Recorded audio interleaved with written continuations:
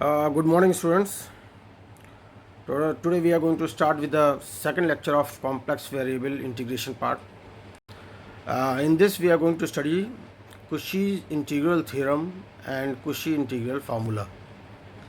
Before that, we have studied in complex variable integration, line integration in complex variable, and the second lecture is Cauchy integral theorem. Now, let's see the statement of the Cauchy integral theorem. Uh, if a complex function fz is analytic within and on a simple closed contour C, then integral f z d z is equals to zero.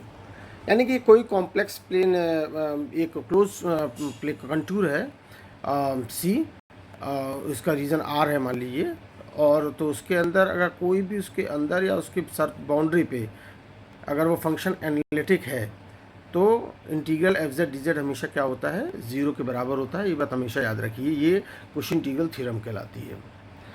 If a complex function f z is analytic within and on a simple closed contour C, then integral f z dz is always 0. Now we can see the proof also. The proof is very easy.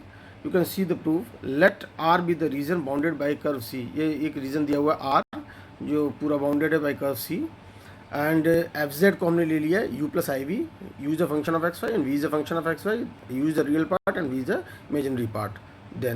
Then integral f z d z क्या हुआ, इसमें बराबर हो गया integral u plus i v and d z क्या लिख सकते हैं हम लोग, d z plus d x plus i d y. अब इसको हमने मल्टीप्लाई कर लिया दोनों को और रियल इमेजिनरी पार्ट अलग अलग कर लिए, तो ये आ गया u d x plus u d x minus v d y and i times v d x plus u d y. ये दोनों अलग आ गए, दोनों इंटीग्रेशन अलग अलग हो गए।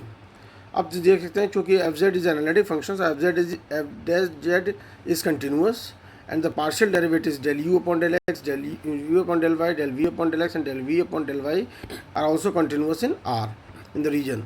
Hence by Green's theorem we have, now you can see by using the Green's theorem, you remember the Green's theorem from the previous semester, integral C f z d z क्या हो गया भाई, Green's theorem होती है M d x plus N d y पर लगती है।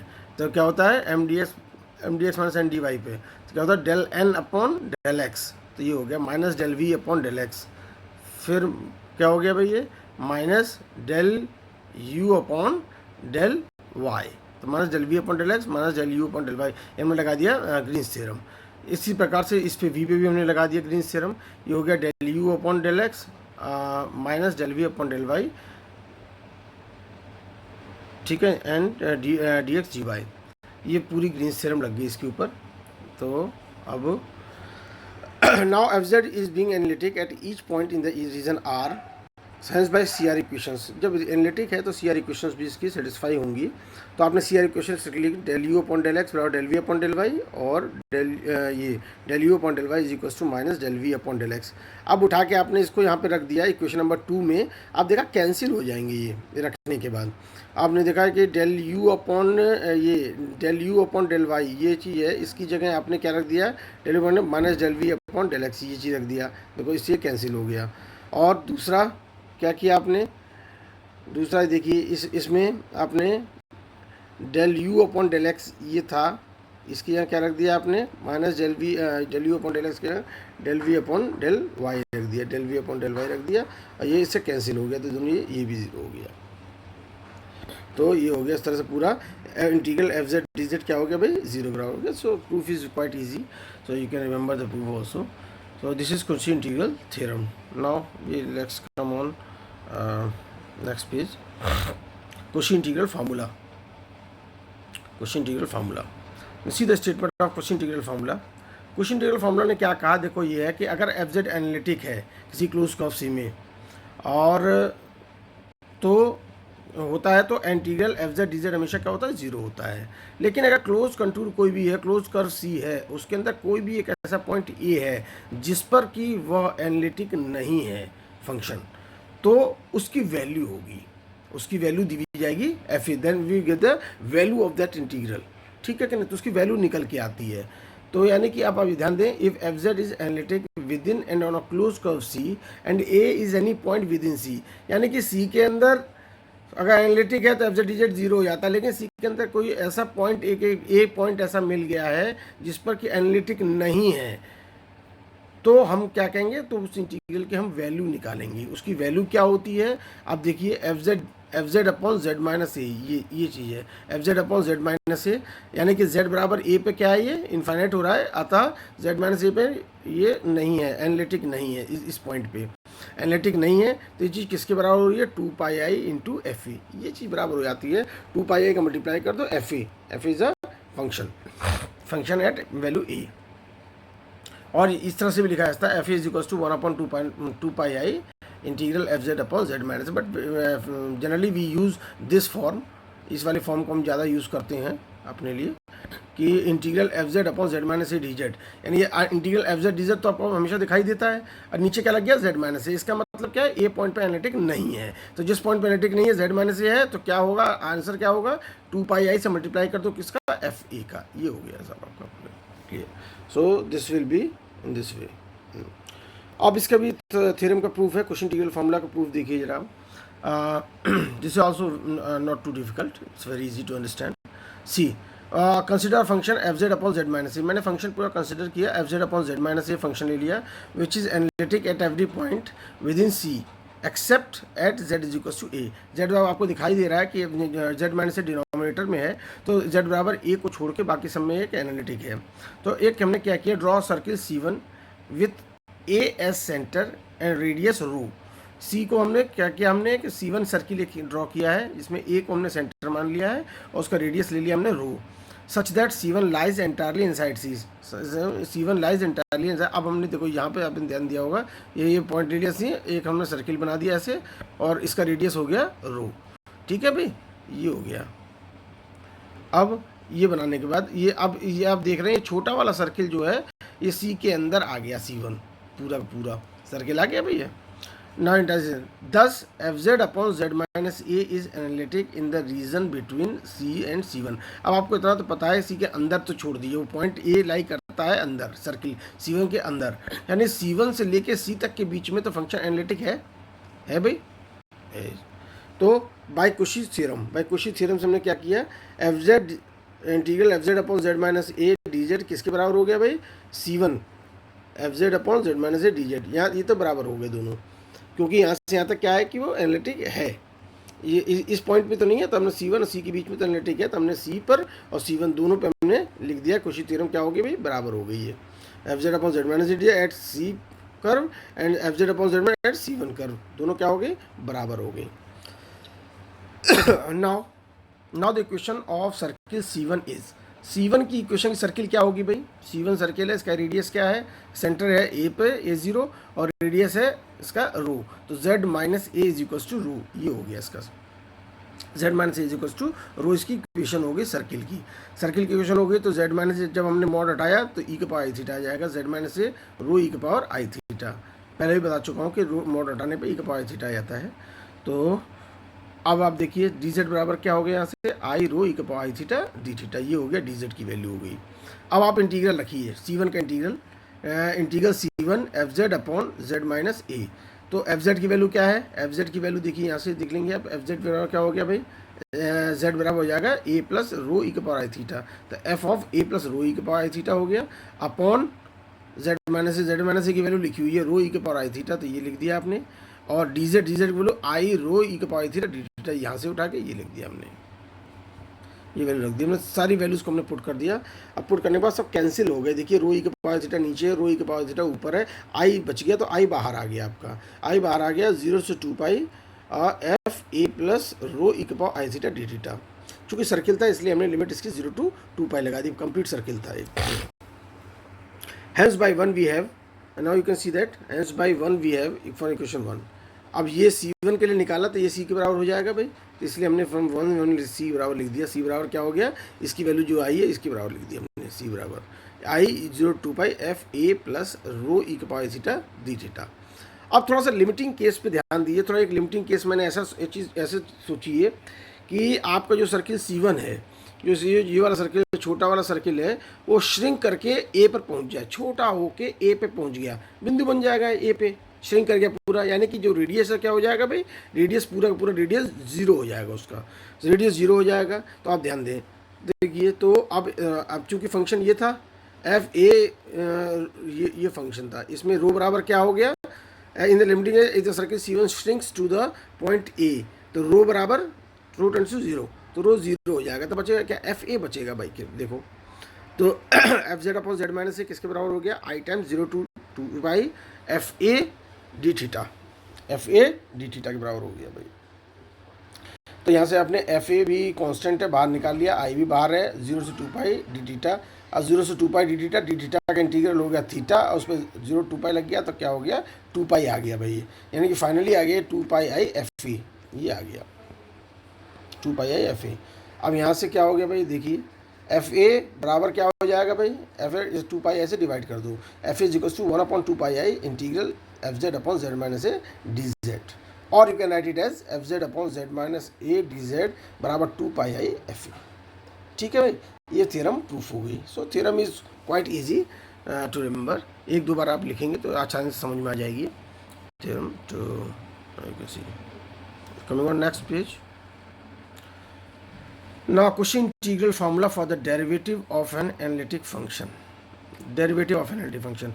अभी तक तो ये था कि एक पॉइंट पे ही केवल क्या था भाई, सिंगुलरिटी थी, एक पॉइंट पे ही जीरो इन्फिनिटी कर रहा था फंक्शन को z is equals to a पर।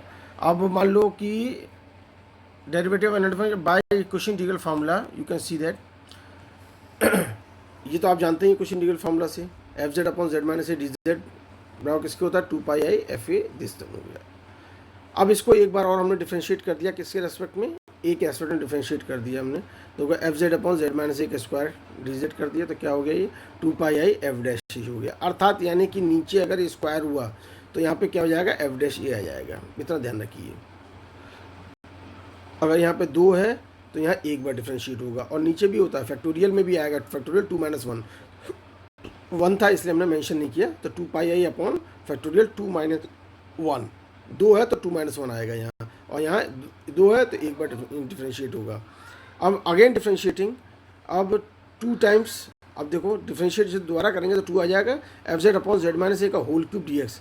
अब देखो ध्यान दो, नीचे 3 है तो यहाँ 2 बार डिफरेंशिएट होगा, और नीचे फैक्टोरियल क्या हो जाएगा, 3 - 1, यानी कि फैक्टोरियल 2, देखो ये 2 आ गया, ये 2 यहाँ वाला नीचे आ गया तो फैक्टोरियल 2 हो गया है, यानी 2 pi I upon factorial 2 f double dash a. इसी प्रकार से देखो आप एक बार और डिफरेंशिएट किया तो 2 3 बाहर हो गया, यानी 6 हो गया, 6 मतलब फैक्टोरियल 3 जो कि इधर चला जाएगा आपका राइट साइड में, तो f z upon Z minus एक बार 4, तो अगर 4 है तो 3 बार डिफरेंशिएट होगा, देखो 3 बार डिफरेंशिएट हुआ, और नीचे फैक्टोरियल 3 आएगा, नीचे फैक्टोरियल 3 आएगा, देखो ये आ गया 2 pi I upon factorial 3 f triple dash a. ठीक है, और इस प्रकार से अब इसको जनरलाइज कर लिया, n टाइम्स जनरलाइज किया जब इसको, तो देखो f z upon Z minus a के पावर n+1 पे कर दिया, n+1 हुआ तो इसे एक कम हो जाएगा फैक्टोरियल n, इसे कम हो गया एफ डैश एफ के पावर n ए। अगर यहाँ n होता जेड माइनस ए के पावर n होता तो 2 पाई आई अपॉन फैक्टोरियल n-1 होता, और यहाँ भी एफ n-1 ए होता। ठीक है भाई, ये हो गया आपका पूरा पूरा डेरिवेटिव्स। अगर नीचे डेरिवेटिव्स कैसे इसकी f dash a, f double dash a, f triple dash a, f n a कैसे निकालेंगे हम लोग, you can see this way, you can get the derivatives also। ठीक है, now you can see now we are coming on the examples। now you can see the example number 1, evaluate e का power minus z upon Z plus 1 d Z. ये है आपका भाई close contour है सी, और सी में दिया हुआ है आपको e का power minus z upon Z minus 1 d z. तो क्या किया आपने, वैसी is a circle mod Z is equals to 2, mod z बराबर 2 सर्किल दिया हुआ है, मॉड जेड बराबर 2 सर्किल का मतलब क्या हो गया भाई, सेंटर एट 0 0 एंड रेडियस 2, ये हो गया सर्किल। अब देखिए यहाँ से एफ जेड फंक्शन क्या दिया है आपका, e के पावर माइनस जेड दिया हुआ है, poles are given by z+1, poles मतलब जो नीचे जो निकालते हैं हम, नीचे डिनोमिनेटर को 0 करने के बाद जो मिलता है वो those are known as poles, तो उनको पोल्स कहते हैं हम लोग। तो पोल्स आर गिवन बाई, नीचे हमने डिनोमिनेटर था z+1, तो z+1 बराबर 0 किया तो z बराबर आ गया -1। तो यानी कि इस -1 एक ऐसा पॉइंट है जो सिंगुलरिटी ला रहा है, singularity at point z equals to -1, यानी कि अर्थात इस पे फंक्शन क्या हो जा रहा है, इन्फाइनाइट हो जा रहा है। तो इसमें क्या मतलब, ये आपका हो गया सिंपल पोल कहलाता है, कि जब एक ही बार है पोल एक से ज़्यादा बार रिपीट नहीं करता है तो उसे सिंपल पोल कहते हैं।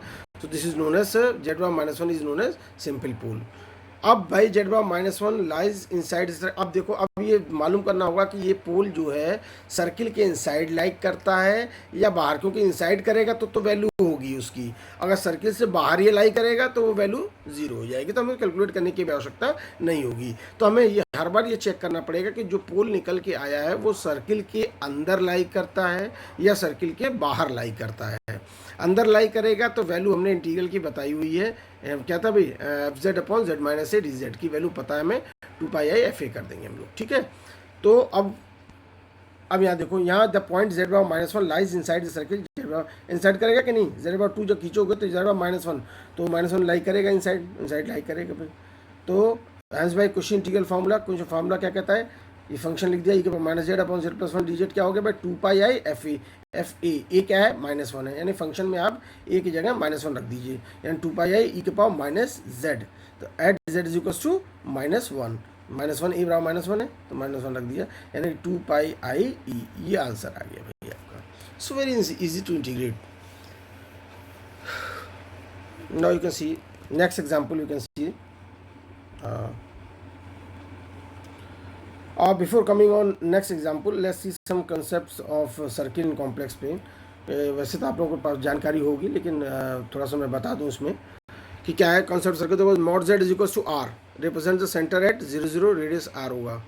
z-a is equal to r, देखो हमेशा माइनस से कंपेयर होता है, z-a is equal to r, तो सेंटर कहाँ है भाई, centre at a0, centre at a0 and radius r, ठीक। z-bi बराबर आर का मतलब क्या हो गया भाई, देखो bi मतलब a प्लस bi, a 0 है यानी कि 0 और b, 0 b पे हो गया सेंटर, रेडियस हो गया r। अब z-a प्लस ib आ गया तो देखो a b हो गया, इसका सेंटर क्या हो गया, a b हो गया और रेडियस हो गया r। तो ये याद रखने की चीज़ है कि ये concept of circle in complex plane है, सर्किल की इक्वेशन किस तरह से लिखते हैं कॉम्प्लेक्स प्लेन के अंदर। नाउ सी, तो ये बात तो होगी खत्म। अब आप देखिए evaluate, now see the example number 2, evaluate integral z² + 1 upon z² - 1 dz where C is circle. इसमें 3 क्वेश्चंस दिए हुए हैं, पहला mod z बराबर 3/2, दूसरा mod z - 1 बराबर 1, तीसरा mod z बराबर 1/2। ये तीनों सर्किल की इक्वेशन दी हुई है और ये आपको इंटीग्रेशन की वैल्यू निकालनी है भाई।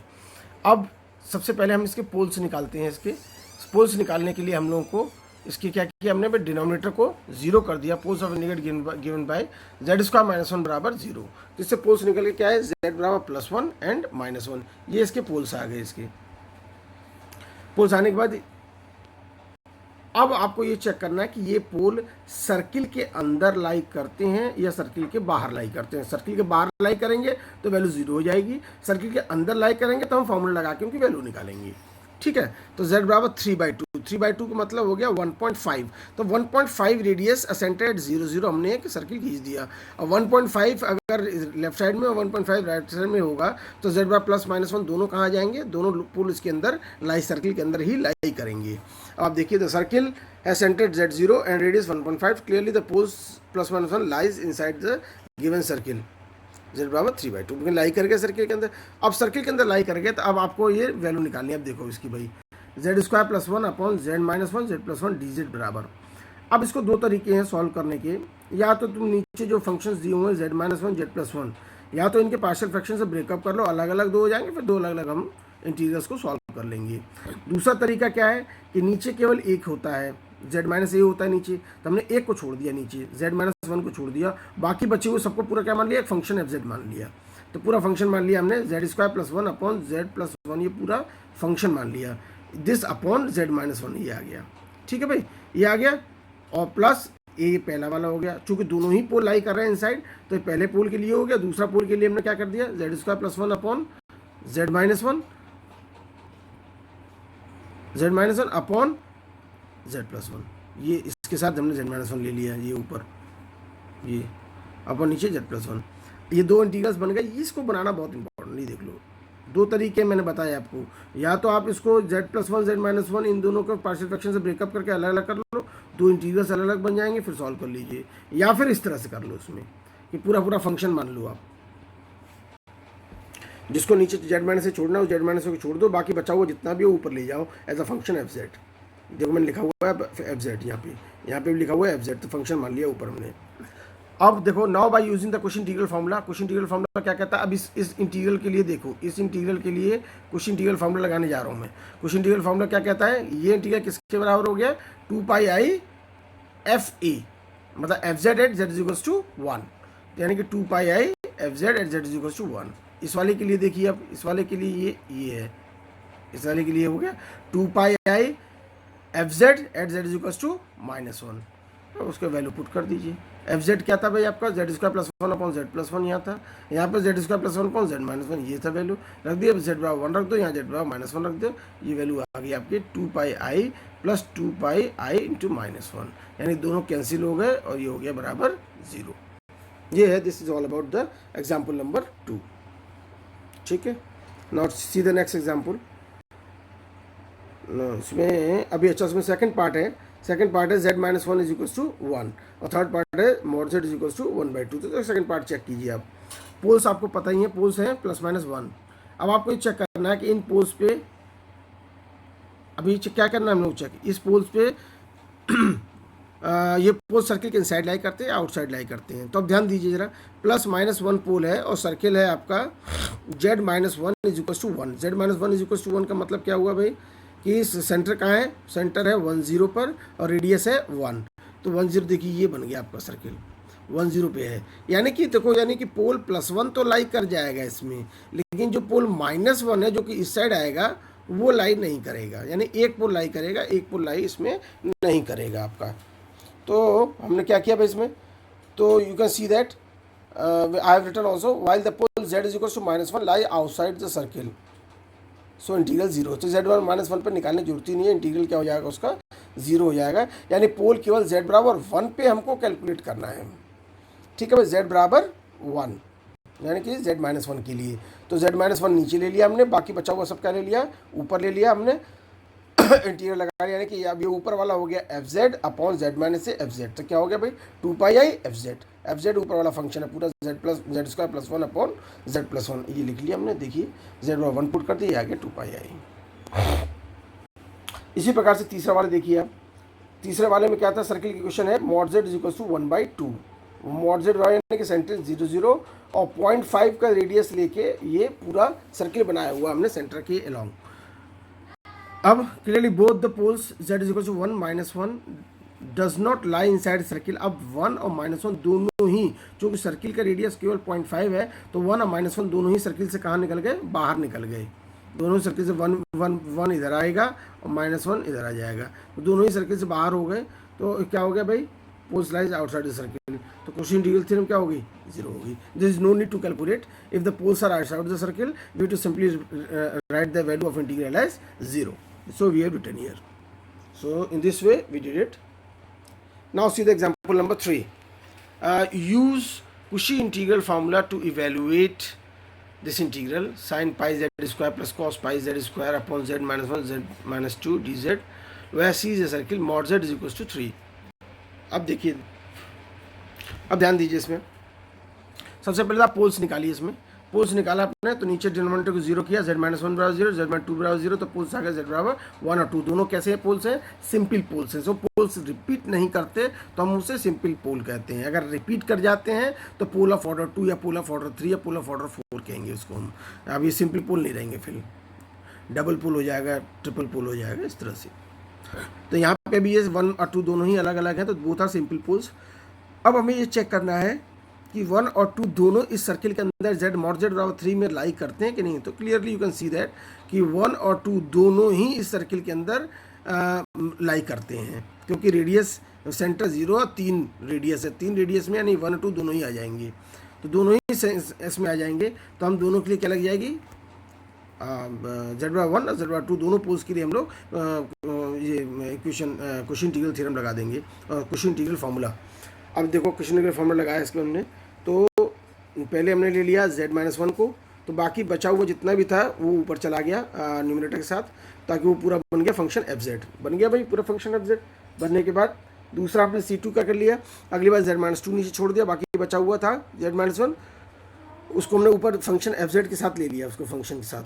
अब ये हो गया पूरा आपका, ये दोनों इंटीग्रल्स आ गए। अब इन दोनों इंटीग्रल में क्या करना है भाई, fz यानी 2πi fz पूरा लिख दिया हमने, fz ऊपर वाला फंक्शन है पूरा पूरा, ये फंक्शन ऊपर, ये this is known as fz लिख दिया। और z किस पर, z बराबर 1 पर। यहाँ देखो नीचे z बराबर -1 होगा तो यहाँ z बराबर 1 होगा, यहाँ z बराबर -2 है तो यहाँ z बराबर 2 पे होगा।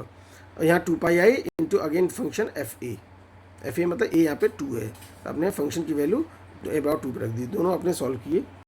Solving this what we are getting, you can see ये आ गया 2πi this and 2πi this, यानी 2πi plus 2πi this is 4πi, जिसका आंसर आ गया 4πi। In this way we have completed the example number 3। Now come on example number 4। Example number 4 है आपका, देखिए evaluate by Cauchy integral formula.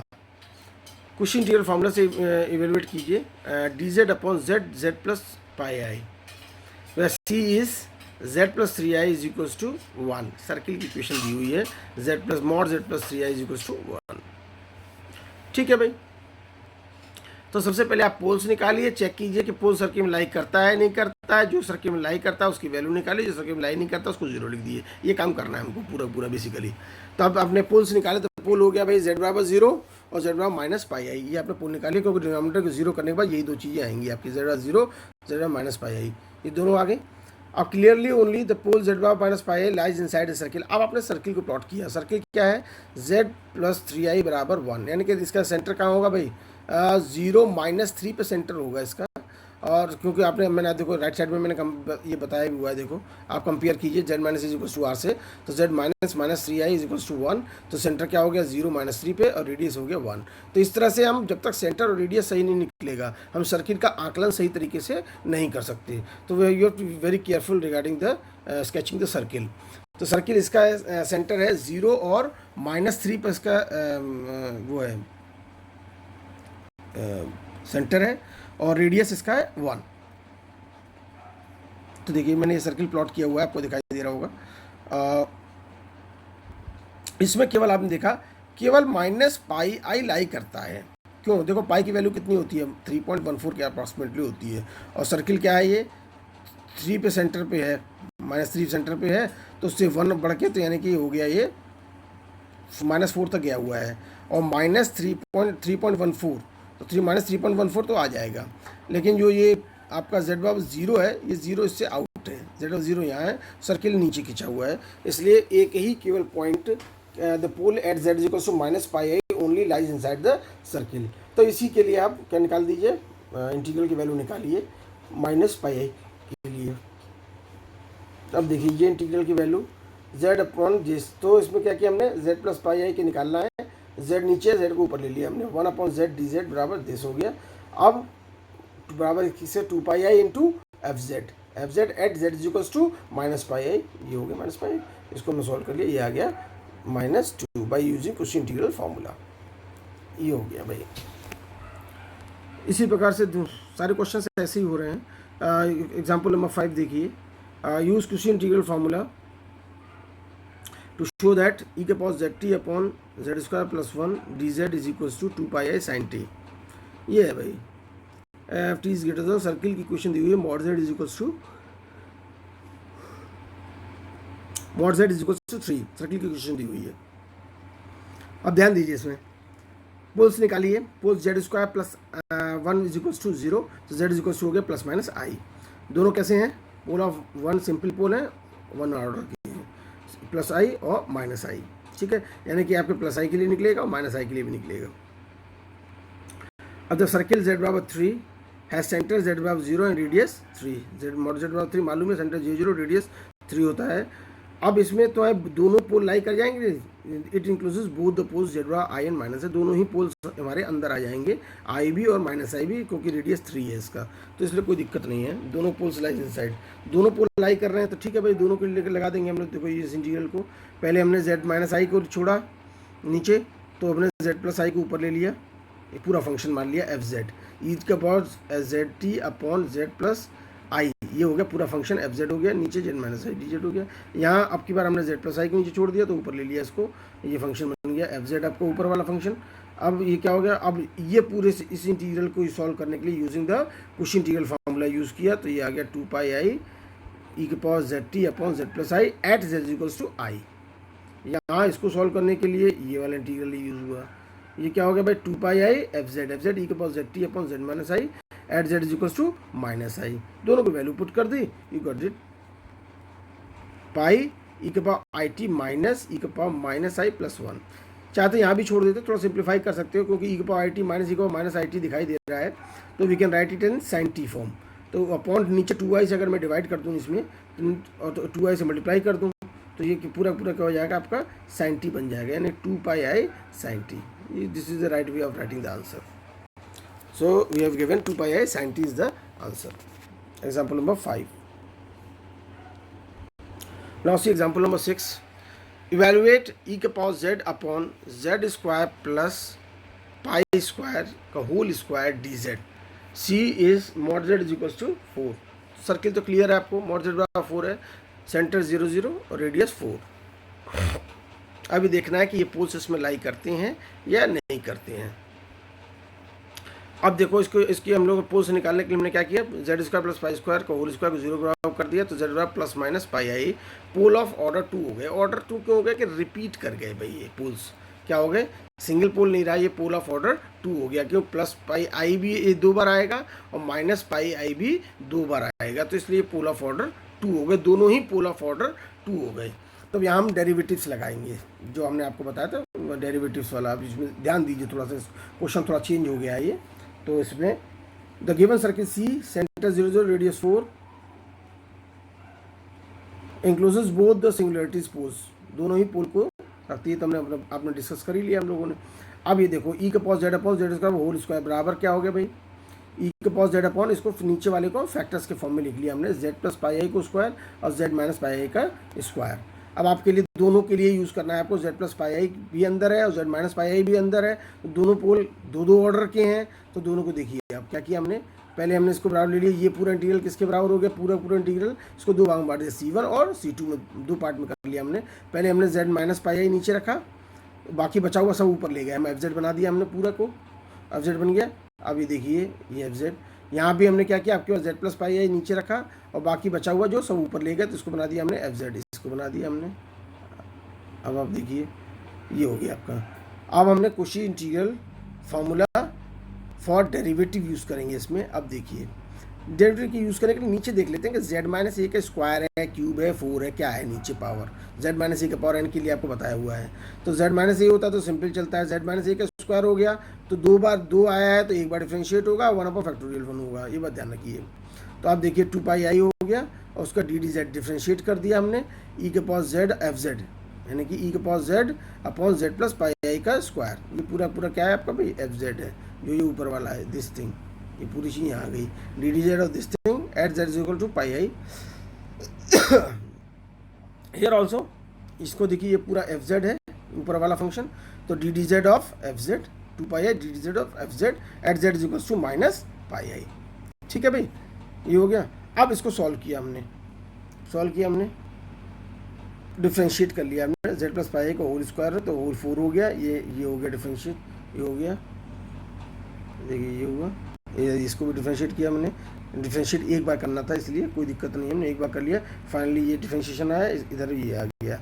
अब हमने इस पर जेड पाई आई पुट कर दिया, पाई आई पुट करने में ये आया, पाई यहाँ माइनस पाई आई पुट करने पे ये आया। अब देखिए इसको सॉल्व किया हमने, ये सॉल्व करने में थोड़ा सा देखिए ई के पाई आई जो लिखा हुआ है, ई के पाई आई की वैल्यू क्या होगी, ई के पावर पाई आई को होगा ओपन करोगे तो कॉस आया cos पाई प्लस आई साइन पाई, जो कि साइन एन पाई तो 0 हो गया और cos पाई क्या हो गया -1, cos 1 पाई है तो -1 पावर 1 -1। ठीक है भाई, और इसमें cos माइनस ई के पावर माइनस पाई आई की वैल्यू क्या होगी, वो भी -1 आ गई, you can C in the right corner. ठीक है, ये दोनों की वैल्यू -1 आ गई, तो हमने हटा दिया, -1 लिख दिया यहाँ पे, सॉल्व किया, we are getting this pi I upon pi is the answer. ठीक, now see the 7th question. Use Cauchy integral formula to evaluate integral e के power 2z upon z plus 1 के power 4 dz where c is the circle mod z is equals to 3। इसमें देखिए फिर हमने क्या किया, हमने पोल्स निकाले इसके, पोल्स निकालने के लिए डिनोमिनेटर को 0 किया तो we got the poles z is equal to -1। अब z को -1 कितनी बार रिपीट कर रहा है भाई? 4 बार। तो ये पोल ऑफ ऑर्डर 4 हो गया भाई। ये देखिए ये क्वेश्चन आया पोल ऑफ ऑर्डर 4 का। तो पोल z -1 lies with in the circle और आउटसाइड द सर्किल। z बराबर 3 सर्किल है तो z -1 तो लाई अंदर ही करेगा इसके। तो यानी ये सर्किल तो बहुत इजी है। सेंटर 0 0 रेडियस 3 हमने प्लॉट कर दिया और z बराबर -1 इसी के अंदर लाई कर रहा है तो इसकी वैल्यू निकल के आएगी। z बराबर -1 पे वैल्यू निकलेगी। तो हमने लिख दिया e⁻2z/z+1/4 2 पाई i अपॉन। अब देखो ये चूंकि 4 था तो हमने क्या किया 4 फैक्टोरियल 4 - 1 होगा। 4 - 1 मतलब फैक्टोरियल 3 हो गया। अब 4 - 1 बार डिफरेंशिएट होगा यानी कि 4 - 1 है 3 बार। d³ / dz³ e⁻2z फंक्शन यही है। देखिए आपका e⁻2z fz है आपका। तो ये डिफरेंशिएट किया 3 बार डिफरेंशिएट होगा ये। तो 3 बार होगा तो e⁻2z तो 2 हो गया 8 आपका। e⁻2z का 2z रह गया। ऐसे कहाँ z बराबर क्या था -1 पुट कर दिया तो you got it 8 pi i upon 3e²। This will be the answer. कोई दिक्कत नहीं। Now can see the 8th example. evaluate by using Cauchy integral formula z -1 upon z+1 का square z -2 dz where C is circle z minus I is equals to 2। तो you can clearly see that कि z minus आई बराबर 2 के लिए centre कहाँ हुआ भाई? 0 और 1, 0 1 पे सेंटर होगा इसका और रेडियस होगा 2। अब ये चेक करना होगा कि पोल्स इस सर्किल में लाई करते हैं या सर्किल से बाहर लाई करते हैं। ठीक है, तो अब पोल्स पहले निकालिए हमने। पोल निकाला हमने, डिनोमिनेटर 0 किया, पोल आ गया हमारा z+1 का स्क्वायर z -2 बराबर 0। तो z बराबर -1 पोल ऑफ ऑर्डर 2 और z बराबर 2 इज अ सिंपल पोल। अब हम देखो कौन सा पोल अंदर है कौन सा पोल बाहर है। C is a circle 0 radius 2 the pole z बराबर -1 लाइज इनसाइड द सर्किल। -1 तो इनसाइड कर रहा है। देखो आपने देख लिया, अगर मैं सर्किल आप प्लॉट करो और देखो तो -1 तो लाई कर रहा है इनसाइड एंड z बराबर 2 लाई आउटसाइड सर्किल। अब आउटसाइड के लिए एक बात ये हो गई कि हमें पता नहीं कि ये पॉइंट कौन सा है। ये वाला पॉइंट बेसिकली ये पॉइंट कौन सा पॉइंट है, ये इस पॉइंट के अंदाजा नहीं है। तो इस अंदाजे के लिए क्या किया आपने? अब देखिए ध्यान दीजिए इसका। आपने क्या किया? सेंटर हमारा यहाँ है। सेंटर हमारा कहाँ है? सेंटर ये है, ये देखिए आपने, ये सेंटर है। सेंटर ये है तो सेंटर से रेडियस कितना है? ये हमने आपको तो 2 है, रेडियस 2। और ये सेंटर ये ओरिजिन से ये 1 डिस्टेंस पे है। तो ये हो गया बाय यूजिंग पाइथागोरस थ्योरम, ये हो गया √3। तो ये वाला कोऑर्डिनेट हो गया √3 और 0।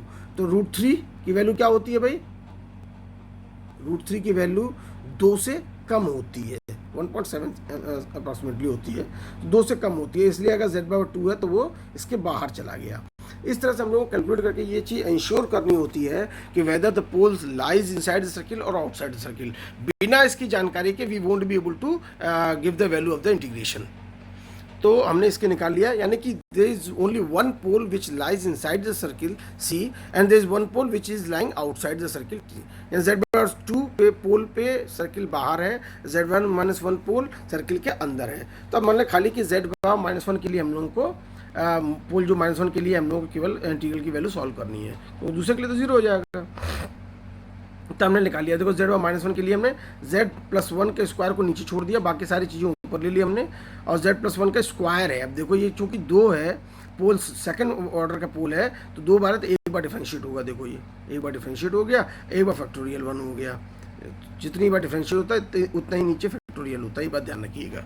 तो एक बार डिफरेंशिएट कर दिया हमने। डिफरेंशिएट करने के बाद क्या आ गया भाई? ये ddz z -1 upon z -2 at z is to -1 differentiate किया इसको, z बराबर -1 पुट कर दी, ये आ गया -2/9 pi i। So in this way we have got the result of this.